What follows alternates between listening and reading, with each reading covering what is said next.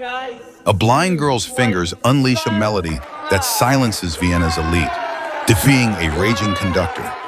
Hit like, subscribe, and ring the bell to catch this thrilling saga in our latest videos. Don't miss the action-packed journey ahead. The music Verein's opulent hall in Vienna pulsed with the murmurs of aristocrats, music scholars, and global elites, their finery shimmering under crystal chandeliers as they awaited the next prodigy in the world's fiercest piano competition. Without warning, the heavy doors burst open and a young black girl in a worn green dress, sunglasses concealing her blind eyes, was thrust onto the stage by a trembling assistant who stammered apologies before vanishing into the wings. The crowd's chatter turned to sharp gasps. Her name was absent from the program. Maestro Heinrich Voss, a Grammy-winning conductor with a reputation for ruthless precision, whirled around. His face a mask of fury. "This is a disgrace," he thundered, snapping his baton against the podium with a crack that silenced the hall. "Who allowed this blind black child to taint our stage?" Cruel laughter erupted, slicing through the air as phones flashed to record the chaos. "Remove her," a professor barked, while a socialite hissed, "Is this a jest?" The girl stood rooted, her fingers brushing the grand piano's edge, her breath uneven but resolute. Voss stormed toward her, his steps echoing like war drums, and seized her wrist, dragging her toward the exit. "You're no musician," he spat, his voice venomous. The audience roared, some pounding their seats, demanding her ejection. But she wrenched free, her small frame twisting with startling agility, and lurched back to the piano. The crowd's jeers swelled, anticipating a pathetic failure. Security guards charged the stage, their heavy boots shaking the floor. But before they could grab her, she slammed both hands onto the keys. A chord ripped through the hall raw, electrifying, like a cry from the void. The laughter died instantly. The guards halted, stunned. Voss's hand froze mid-gesture, his eyes widening in disbelief. Another chord followed, then a flood of notes, weaving a melody that was no known piece yet resonated like a universal truth. It was fierce, unpolished, a variation that tore at the heart. Her fingers moved with relentless precision. No sheet music, no sight, only instinct fueling each stroke. The music surged, now a lament of loss, now a blaze of defiance, each note a rebuke to her tormentors. Phones dropped, the crowd's mockery replaced by a suffocating silence.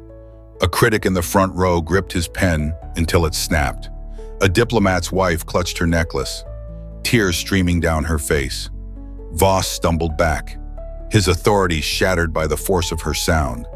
The melody roared, a tempest of emotion that seemed to bend time, evoking memories no one could place. She played as if the piano were an extension of her soul, her sunglasses slipping to reveal sightless eyes burning with intent.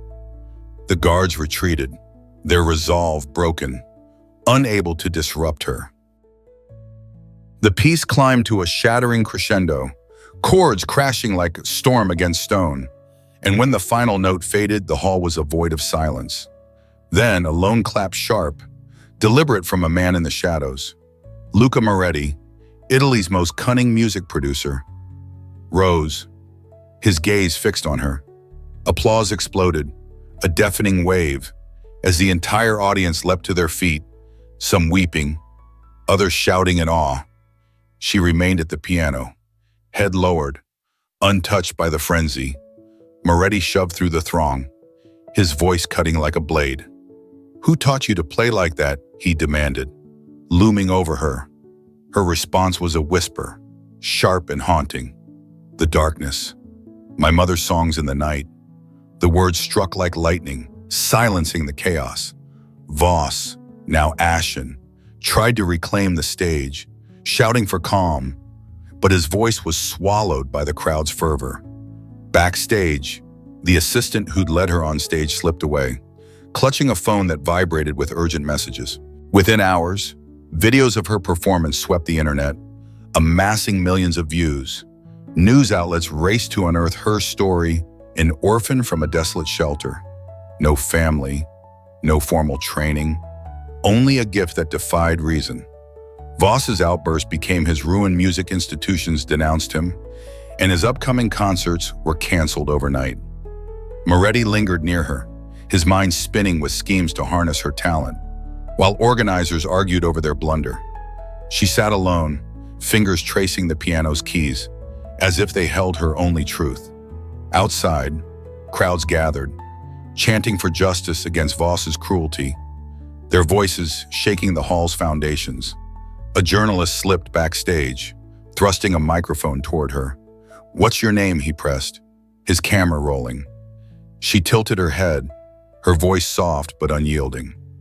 "Names don't matter. The music is enough." The journalist froze, his lens capturing the weight of her words. The world wasn't just watching, it was hunting her, and the fire she'd ignited was only the beginning. The Vienna dawn broke with a clamor of news vans clogging the streets. Their satellite dishes pointed skyward as reporters shouted into microphones about the mysterious pianist who'd shattered the Musikverein's elite calm.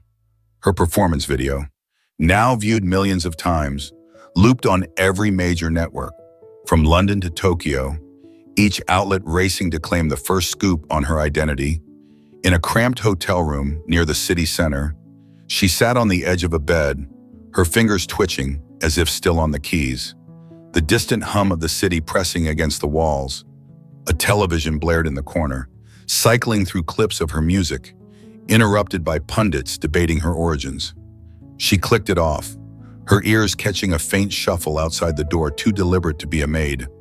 Her breath hitched, but before she could move, a knock rattled the frame, sharp and insistent. "Open up!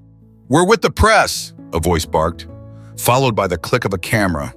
She bolted to the window, peering through the blinds at an alley below where two men in dark coats lingered, their eyes scanning the building. She didn't know who they were, but their presence felt like a noose tightening. Slipping out through a service exit, she melted into the morning crowds, her sunglasses low, her steps quick but unsteady. Across the city, in a dimly lit office, a team of investigators pored over orphanage records, their screens glowing with grainy photos and fragmented documents. One of them froze, pointing at a faded letter mentioning a woman who'd left a newborn at a shelter decades ago. Her only possession, a handwritten music score. The investigator's hands shook as he traced the notes. They matched the melody from the viral video, note for note. Meanwhile, the disgraced conductor, Heinrich Voss, stood before a sea of cameras in a press conference gone wrong, his apology drowned out by shouts of "resign" and "bigot." His face crumpled as sponsors' logos vanished from the backdrop, his career dissolving in real time. Back on the streets, she weaved through a bustling market, the air thick with the scent of roasted chestnuts and the chatter of vendors. Her ears caught the rhythm of footsteps trailing her, too synchronized to be random. She ducked behind a fruit stall, her heart pounding as one of the men from the alley appeared, his hand slipping inside his coat. Another joined him, their whispers sharp with intent. "She's here," one muttered, his accent clipped and foreign. Panic surged, but she forced herself to move, darting through the crowd, knocking over a crate of apples to slow her pursuers. The market erupted into chaos as she sprinted toward a narrow alley, her breath ragged, the men's shouts closing in. A motorcycle roared past, nearly clipping her, and she stumbled into a side street, only to find it blocked by a third figure, a woman, older, her face half hidden by a scarf. "Keep running," the woman hissed, shoving her toward a hidden doorway. "They want your music, but it's not what they think." Before she could ask, the woman vanished into the crowd, leaving only the echo of her words. The men burst into the alley, their eyes locking onto her. She dove through the doorway, slamming it shut, and raced up a rickety staircase, her hands grazing the walls for balance. The door below splintered as the men kicked it in, their boot pounding the steps. She burst onto a rooftop, the Vienna skyline sprawling before her, and spotted a fire escape on the neighboring building. Leaping across the gap, she landed hard, scrambling down the metal rungs as the men reached the roof, their curses sharp in the wind. She hit the ground running, losing them in the maze of back streets, her lungs burning. Hours later, she crouched in an abandoned warehouse, the woman's warning looping in her mind. The music wasn't just hers, it was a key, but to what? Across town. Voss's press conference ended in disgrace, his name erased from festival posters. The investigators, now joined by a cryptic new figure, uncovered another clue: the score's composer had ties to a long-dismantled music society, one rumored to guard secrets worth killing for. In the warehouse, she hummed the melody softly, unaware that the men hunting her were already regrouping. Their orders clear: capture her alive. No matter the key. The Vienna night was thick with coin, muffling the clatter of cobblestones as she crouched behind a dumpster in a narrow alley, her breath shallow, her ears straining for the sound of pursuit. The city's pulse felt hostile, its neon lights dimmed by the mist. She'd been running since the market, the memory of those men in dark coats burning in her mind. A rustle snapped her focus, a figure emerged from the shadows. Not one of the operatives, but a woman clutching a notebook, her voice low and urgent. "I'm a journalist. I know who's after you. Come with me." Before she could respond, a black van screeched around the corner, its headlights cutting through the mall. She grabbed the journalist's arm, pulling her into a side street as the van's doors slammed open, billing out three men with radios crackling. Their boots pounded the pavement, closing in fast. The two women sprinted, weaving through a maze of alleys, the journalist gasping directions to a safe house. A gunshot rang out, splintering a brick wall beside them, and they dove behind a stack of crates, hearts hammering. The journalist whispered, "They're not just thugs. They think your music's a code." The words hit like a jolt, but there was no time to process. They bolted again, ducking into a crowded plaza where late-night revelers masked their flight. The operatives fanned out, their eyes scanning the crowd, one barking orders into a radio. She spotted a stairwell leading to an abandoned subway line and yanked the journalist toward it, their footsteps echoing in the damp tunnel. The air grew heavy, the scent of mold and rust choking their lungs. Behind them, the operatives' shouts grew louder, their flashlights slicing through the dark. The journalist fumbled with her notebook, muttering about a leaked syndicate memo she'd intercepted, claiming the girl's melody unlocked something ancient, something worth billions. They reached a rusted gate, its lock barely holding. She kicked it open, the metal screeching, and they slipped through just as a beam of light caught the edge of her dress. The tunnel narrowed, forcing them to crawl through a collapsed section, gravel biting their hands. A low growl echoed ahead, a syndicate enforcer, waiting in ambush, his silhouette massive against the flickering emergency lights. "No more running," he snarled, lunging forward, a knife glinting in his hand.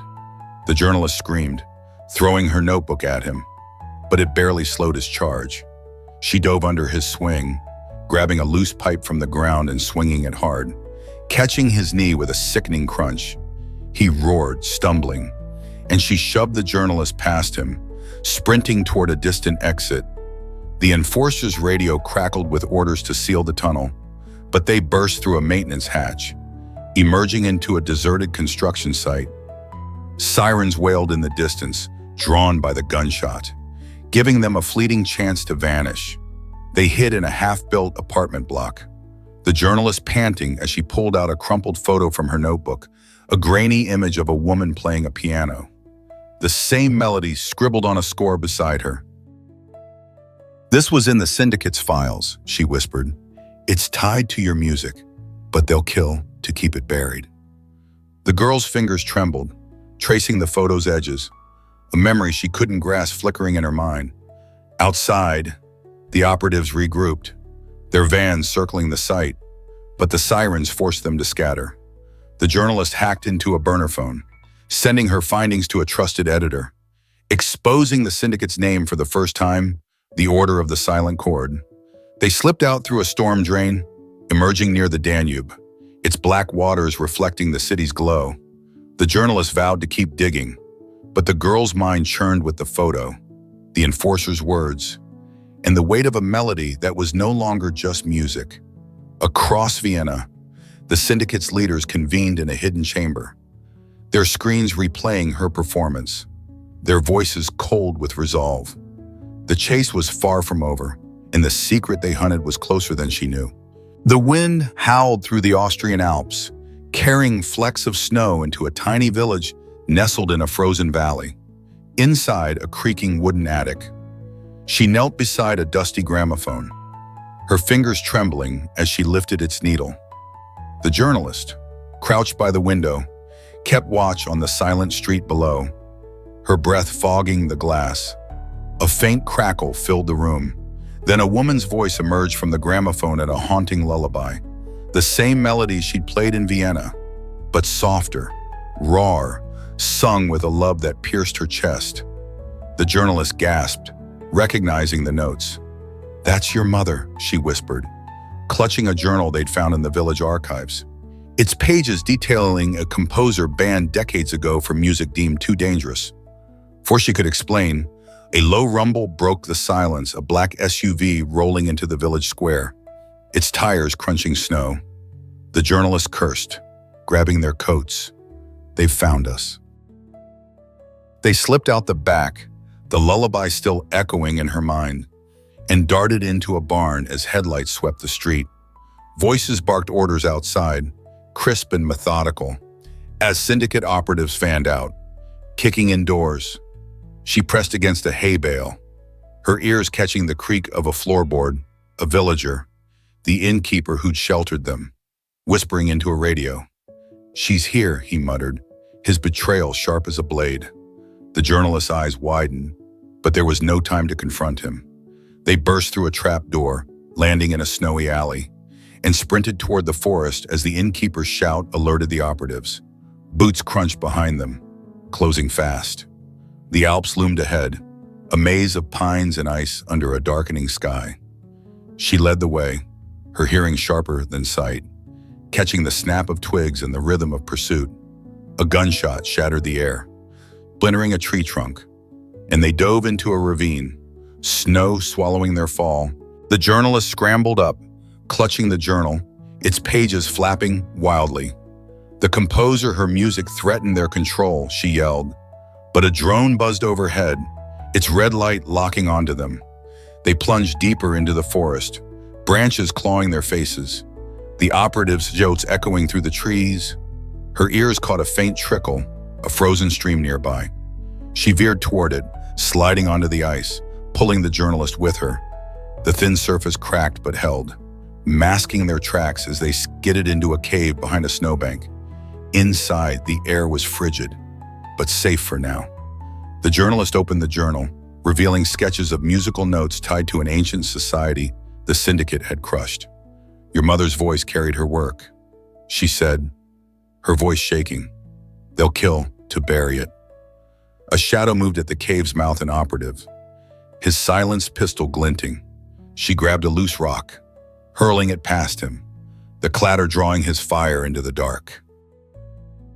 They scrambled through a narrow passage, emerging onto a cliff's edge, the Alps sprawling below. The operative burst out, his radio crackling with the orders to take her alive. She listened for his steps, timing his approach, and shoved a snow-laden branch, triggering a cascade that buried him in white. The journalist screamed as another operative appeared, but she tackled him, sending them both rolling down a slope. They hit a ledge, the operative's gun skidding away. He lunged, but she dodged, her ears catching the creak of unstable ice beneath him. She stamped hard, cracking the surface, and he plummeted into the abyss, his scream fading. They climbed back up, lungs burning, and found a hunter's cabin, its door ajar. Inside, they barricaded themselves, the journalist transcribing the journal's final pages, a warning that the melody could unlock something the syndicate feared.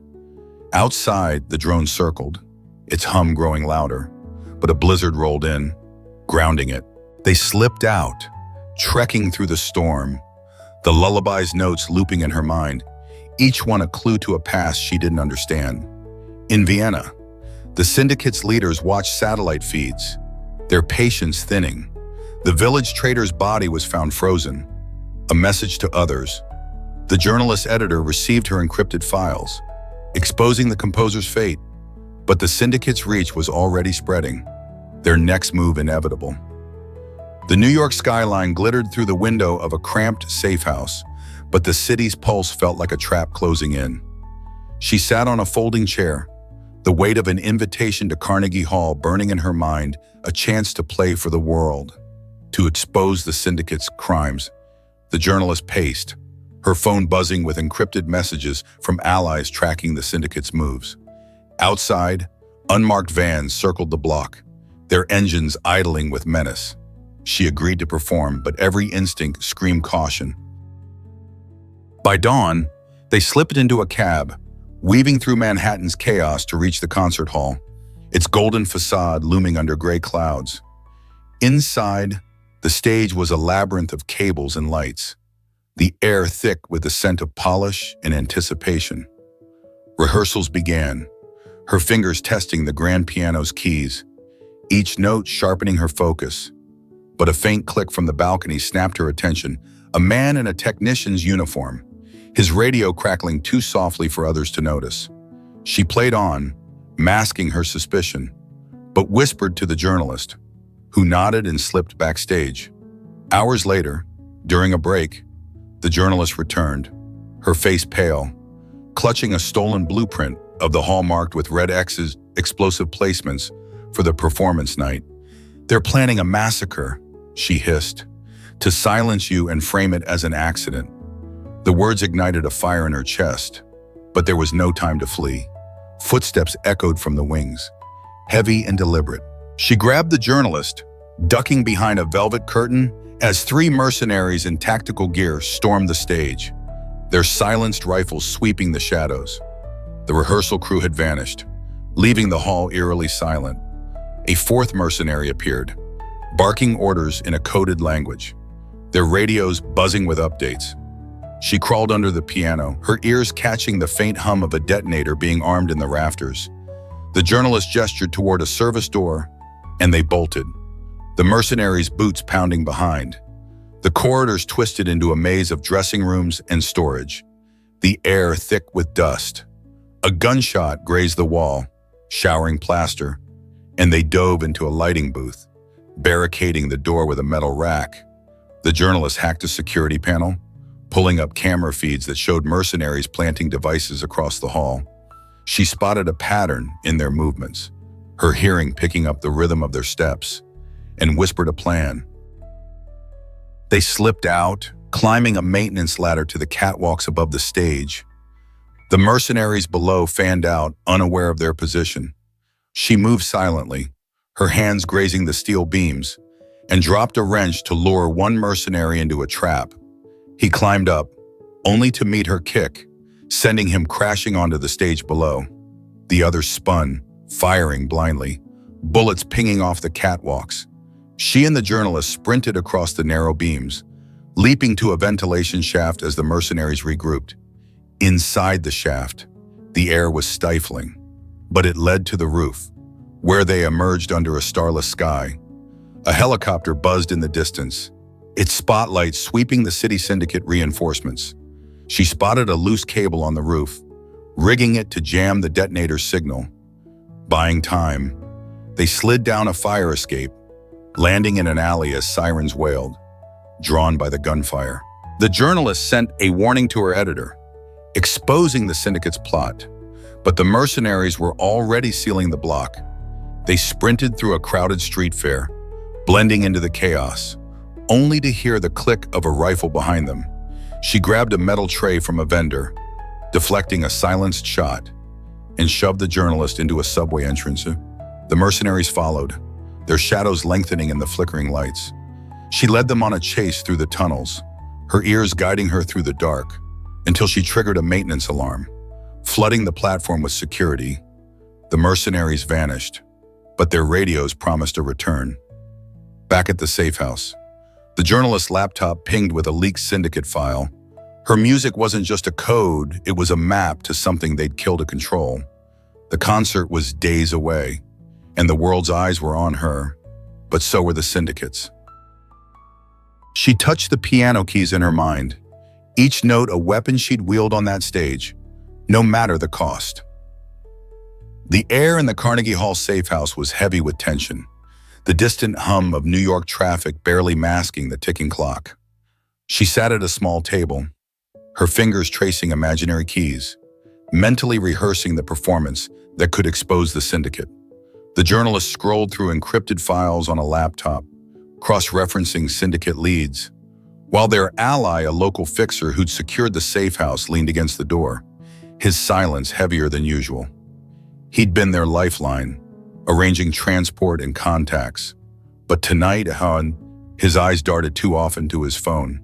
The journalist's screen pinged with a new message, and she froze, her voice a whisper. "We've got a problem." Before she could explain, the fixer lunged, slamming the laptop shut and drawing a knife. "No more games," he snarled, kicking the table over. She dove behind a couch as the fixer swung, the blade slicing the air inches from her. The journalist tackled his legs, buying a moment, and they scrambled for the door, bursting into a stairwell as he roared after them. The safe house's lights flickered, then died, plunging the building into darkness, his signal to others. Footsteps thundered from below, syndicate operatives, alerted by their traitor. She grabbed the journalist's wrist, pulling her down a fire escape into an alley. The fixer's shouts echoing above. They sprinted toward a subway entrance, the city's neon glow swallowed by the tunnel's mouth. The operatives' boots clattered behind, their radios crackling with orders to capture her alive. The tunnels were a labyrinth of flickering lights in damp concrete, the air thick with the screech of distant trains. She navigated by sound, her ears catching the echo of dripping water and the rhythm of pursuit. The journalist gasped, clutching a USB drive with the traitor's leaked files, proof he'd been feeding the syndicate their every move. A gunshot ricocheted off a pillar, and they dove behind a rusted maintenance cart, the operatives closing in. Her fingers brushed a metal pipe, and she tapped it, sending a rhythmic pulse through the tunnel, a melody, faint but deliberate, like the one she'd played in Vienna. The sound carried, catching the ear of a busker strumming a guitar further down the platform. He paused, then echoed her rhythm, drawing others: a drummer, a saxophonist, a violinist. The music swelled, chaotic and defiant, filling the tunnel. The operatives hesitated, their formation breaking as the performers advanced, wielding instruments like clubs. She seized the moment, leading the journalist deeper into the tunnels, the music masking their steps. The fixer appeared ahead, blocking their path, his knife glinting under a flickering bulb. "You can't outrun the order," he spat, revealing the syndicate's name again. "Your music's a key, but you'll never know what it opens." She dodged his lunge, grabbing a loose rail spike and swinging it. Catching his shoulder, he staggered. But the operatives were closing in, their flashlights slicing the dark. The busker's music surged, a drummer smashing a cymbal to disorient the operatives, giving her a chance to slip past the fixer. She and the journalist sprinted toward an abandoned platform, climbing a service ladder to a sealed exit. The fixer's voice echoed behind, taunting. "They're in Carnegie, your audience, your stage all wired to burn." His words confirmed the syndicate's plan, but the buskers' chaos slowed the operatives, their shouts fading. They pried open the exit, emerging into a rain-soaked alley, the city's pulse roaring above. The journalists uploaded the USB's files to a secure server, exposing the fixer's betrayal and the syndicate's infiltration. Sirens wailed nearby, drawn by reports of tunnel gunfire, forcing the operatives to scatter. They ducked into a 24-hour diner, blending with late-night crowds. The journalist's hands shaking as she read the files aloud. The fixer had been planted from the start, and the syndicate had agents in Carnegie's crew. The performance was hours away, and the world was watching. News channels looped her Vienna video, now calling her a symbol of resistance. She hummed the melody softly, its notes sharpening her resolve. The fixer's words gnawed at her the key, the fire, the stage. The syndicate wasn't just hunting her, they were hunting what her music could unleash. Outside, a van idled across the street, its driver watching the diner.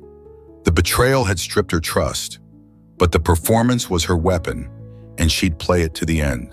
The Carnegie Hall stage glowed under a spotlight, the grand piano a beacon in the packed auditorium, where world leaders, diplomats, and music icons sat shoulder to shoulder, their eyes fixed on the girl at the keys.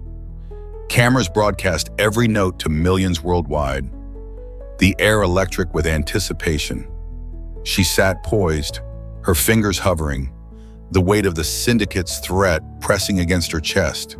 The journalist, hidden in the sound booth, monitored security feeds, her radio crackling with warnings of suspicious movement in the rafters.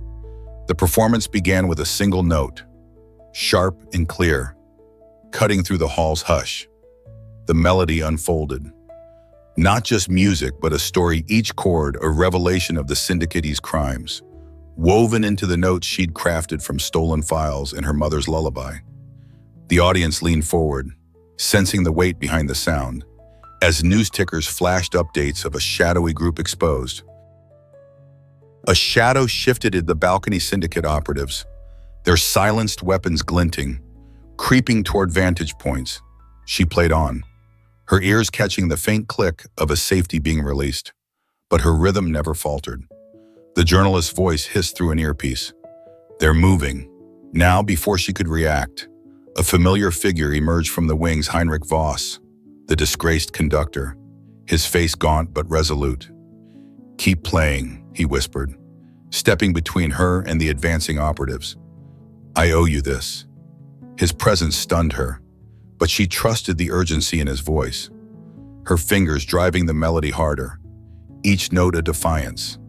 The operatives hesitated, then opened fire, silenced shots sparking off the piano's frame. The audience screamed, diving for cover. But she didn't stop, the music swelling to drown the chaos. Voss lunged at the nearest operative, wrestling his gun away, his shouts urging security to act. The journalist triggered the hall's alarms, flooding the stage with strobe lights, disorienting the attackers.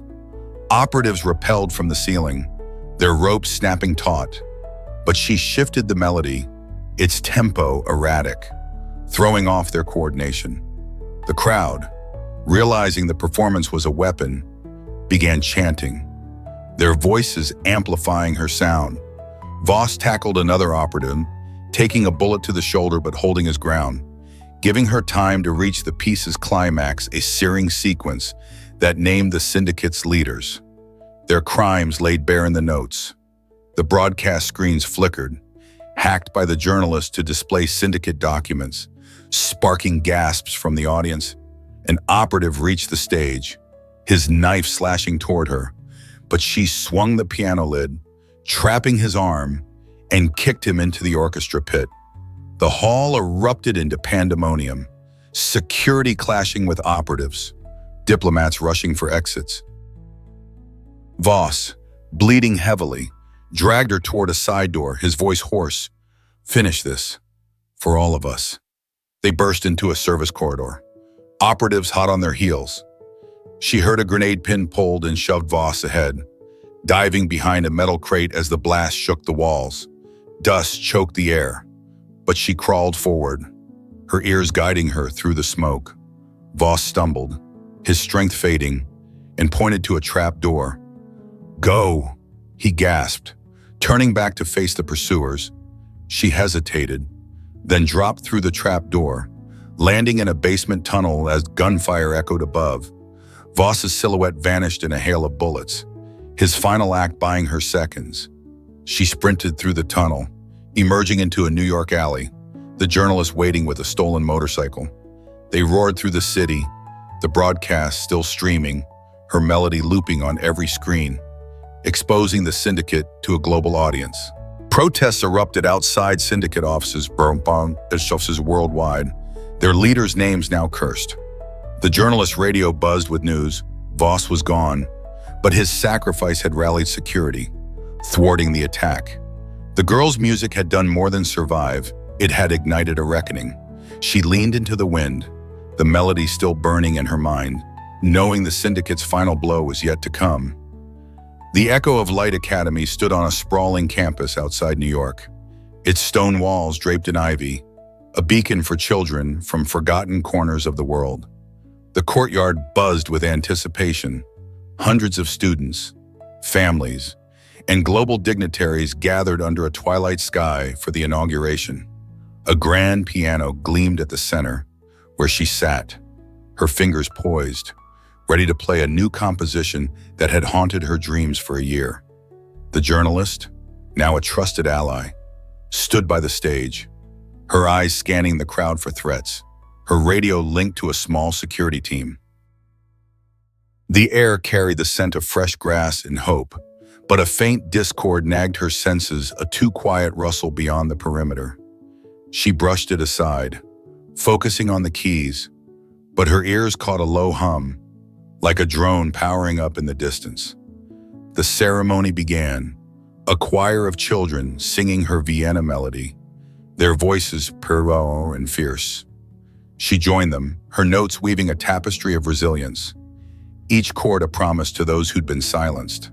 The audience swayed, some weeping, others recording the moment on phones, the live stream reaching millions. But the hum grew louder, and the journalist's radio crackled with a warning perimeter breach. Multiple hostiles. Before she could react, floodlights flickered, plunging the courtyard into shadow. Gasps rippled through the crowd as figures in dark gear emerged, their silenced rifles glinting syndicate remnants, their final gambit to erase her legacy. She slammed the piano lid, shouting for the children to scatter, her voice cutting through the panic. The journalist dove behind a speaker, firing a flare gun to signal security, its red arc illuminating operatives rappelling from the academy's roof. The crowd surged toward exits, but she stayed at the piano, her fingers striking a defiant chord that echoed like a war cry. The students, trained for months in her spirit, didn't flee. They grabbed instruments, chairs, anything at hand, forming a protective ring around her. An operative lunged for the stage, but a teenage drummer smashed a cymbal into his face, sending him sprawling. Another aimed a rifle, only to be tackled by a group of kids wielding violin bows like spears. She played on, her melody shifting to a rapid, erratic tempo, disorienting the operatives, who expected chaos but not this organized resistance. The journalist relayed orders through her radio, directing security to flank the attackers, while she crawled to a control booth, hacking the academy's sound system to amplify the music tenfold. The courtyard became a battlefield, the piano's notes a rallying cry, each chord guiding the students' movements. An operative reached the stage, his knife slashing toward her, but she ducked, swinging a microphone stand to knock him back. The journalist's voice crackled through the speakers, broadcasting syndicate files hacked from their servers, naming their last leader a reclusive financier who'd funded their terror. The crowd, now regrouped, chanted in defiance, their voices drowning the operatives' radios. She spotted the financier himself, emerging from a side gate, his face twisted with rage, a detonator in hand. "Your music ends here," he snarled, thumbing the device. She didn't flinch, her melody surging to a crescendo, its rhythm syncing with the students' counterattack. A girl with a flute hurled it like a javelin, striking his hand, and the detonator skidded across the stones.